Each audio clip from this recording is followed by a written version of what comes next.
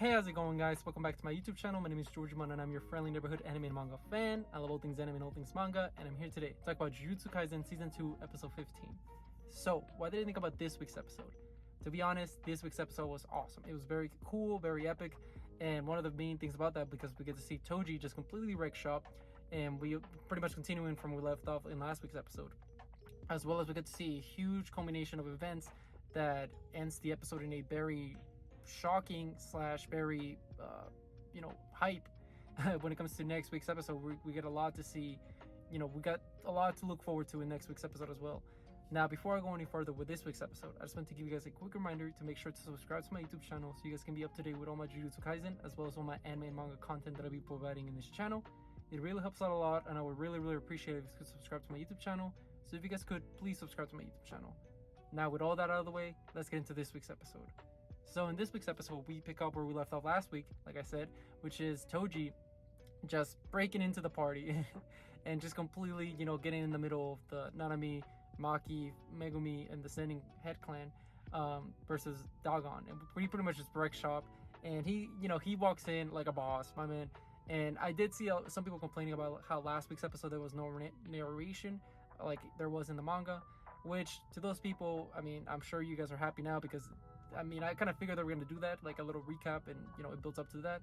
Because in this week's episode, we do get the narration alongside Toji's appearance. And a small little nitpick I want to talk about is I saw a lot of people, like, hating on last week's episode, like animation and stuff like that. And to those people, I got to say is, like, what are you all going on about? Like, seriously? Listen, I saw a lot of people, like, talk about, like, oh, the animation wasn't as good as Juji versus Chozo. To those people, yeah, of course, bro. Like, you can't just, like, it looked great. Just because it's not an 11 out of 10 does not make the animation be a 1 out of 10. Like, what? That's not how it works. So for those people that were hating on last week's episode for animation, shame on you, especially because the animators were having like a mental breakdown on Twitter. And, my heart goes out to any animator in MAPPA. So whenever I say like maps, props to MAPPA, they're killing it, they're doing a great job, I'm talking about the animators themselves. The company itself, I don't care for it because they treat their, workers terribly, and, their living conditions is just bad. So whenever I say going forward, like for you guys, as a little disclaimer, whenever you hear me say like I praise MAPPA for, like, I'm praising the animators, not the company itself. I'm talking about the animators, all right? So because they deserve all the praises they can get. Now, with that little tangent out of the way, let's continue on with this week's episode where I was talking about Toji. So yeah, Toji shows up, wreck shop. My man is just showing everybody why he's built different, and my man just completely destroys Dagon. Like, Dagon is using his domain. He starts using it, trying to attack him. And one thing that was funny is that Toji snatched Maki's like nunchucks out of her hand like nothing, and even Maki's like, what the hell? Like, this dude is super strong. Like, she wasn't expecting him, bro. Like, Toji just built different like that, I guess. And Toji just, he proceeds to just fight Dagon and just wrecks him. Like, it's a one-sided fight. Dagon is giving it his all. Toji is just enjoying himself, and we find we get a little bit of insight of how Toji took over the body, like I said, because he took over the soul of the grandson of that exorcism lady. And what we find out is the worst case scenario that happened is that the guy, pretty much Toji will cease to exist once all the curse energy pretty much goes away. Like, once Toji's done sucking all the curse energy from the from the grandson. But we find out, like, obviously Toji has no curse energy at all, so that means that he's just a permanent, like, zombie. He's just like, if you guys ever saw Naruto, this is like literally worst case scenario where Madara, he was revived with the Edo Tensei, and he was just like a walking zombie that could not be destroyed. That's similar kind of to Toji. I'm sure it's more like he's self-aware. He can just, like, he lives for the hunt. So, like, he's just targeting strong people, and that's why he was fighting Dagon specifically. And yeah, like, it's not looking good for our crew, to say the least. And what we see is, like I said, Toji just wrecks shop. Dagon gets bodied, absolutely, like, not even a contest. Like, it's just a walk in the park.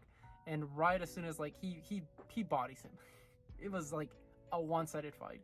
And once that fight ends, pretty much we see, like, everybody's like, okay, is he on our side or not? And you just see, like, everybody posed up. Like, you see, like, Maki, Nanami, Megumi, the Zenin Head Clan dude. They all, like, we're gonna team up on this guy. Like, this guy We cannot. Like, is he in our team or is he against us? Who knows? And literally, while they're scheming about this, you see Toji like walking up towards them, and it's like, oh, he's doing the my man is doing the menacing walk, bro. He's doing that JoJo, the JoJo walk, the menacing walk. And what we see is pretty much, the next panel. Megumi's like, okay, maybe this guy's like dangerous. You just see Megumi out of the window, like, and it was so fast that he's like, well, he's so fast, I didn't know this happened. And we see like they're setting up like a fight between Megumi and Toji, which is crazy because that's that's his dad, but Megumi doesn't know that. So that's something to look forward to into next week's episode. And continuing, that's pretty much that resolves that plot for this episode, where the Toji plot thread, that it's resolved by that point. Now, the other plot thread that we see in this week's episode is catching up with the Todori and the two chicks that Geto, like the one little girls that Geto saved.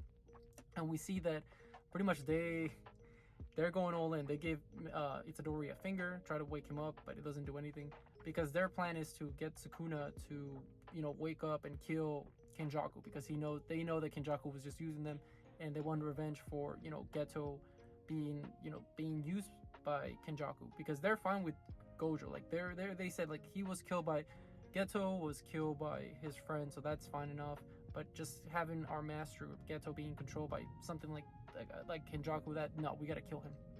So they try to feed him some fingers, doesn't do anything. Yoko shows up in the scene, is like, what are you guys doing? And then they he proceeds to burn them, but they're fine because I guess the chicks got protected with a barrier. Who knows? But the point is, Yoko's like, hey, all right, enough of this. Like, there's the vessel of Sukuna. Let me feed him some fingers. And he proceeds to give him 10 fingers at once. Which now we're talking about Sukuna with 15 fingers. So we're almost at 20 guys. Like, this is a big deal. And, he feeds them all. Sukuna wakes up. And it was so funny because it's like, hey, what are you doing? And Sukuna just cuts off Yoko's arm. And the way that Sukuna came into screen was amazing. It was just so menacing. It was just so typical Sukuna fashion. It was just badass. And I love every single second of him on screen, and seeing the return of the king again. The king of the curses, he's back, at least for this time. And you see that Yogo and the twins, they're like he's just like, okay, I want to hear y'all. Like, what do you have to say? Like, everybody bow down. And within an instant, you see the chicks just automatically bow down. Yogo, he kneeled in one knee, so he gets a part of his head cut off because he didn't kneel all the way. And he proceeds to just tell the twins, like, okay, I'll listen to y'all. What do you have to say? And the twins, they pretty much, they have a flashback where they think about Geto and, just a little bit of insight of how their relationship is. And they really did care about Geto, obviously. He saved them. So he's like, okay, please kill Kenjaku. If you do, I'll give you a finger. One of the chicks specifically tells that to Sukuna. And Sukuna then proceeds to tell them, okay, raise your head up. And the other chick gets her head blown off, and then he's like, you dare to give me orders for one silly finger? You're crazy. And then she's like, what? How dare you? And then she proceeds to get bodied. So Sukuna just menacing, he's savage as usual, and I loved it. And to continue that on, we see that he even tries to step up to Yogo. He's like, hey, listen, I'll tell you what, if you can beat me, if you can land, not even beat me, if you can land one hit on me, I'll follow you guys' plans, and I'll be your pawn. I'll follow you as as my master and all that, and I'll follow your plan and all that. If you can land one hit. And Yogo, because he's so cocky, he's like, sure, I'm gonna do it. Screw it. And we pretty much leave the episode where we're setting up, Yogo's gonna fight Sukuna next week's episode, which is gonna be amazing and epic. As well as we're setting up, Megumi fighting Toji. So a lot of big fights, building up to the culmination of Shibuya, which I'm very excited to looking forward to it, because so far Shibuya has been amazing, and it's only gonna get better and better, guys. Trust me.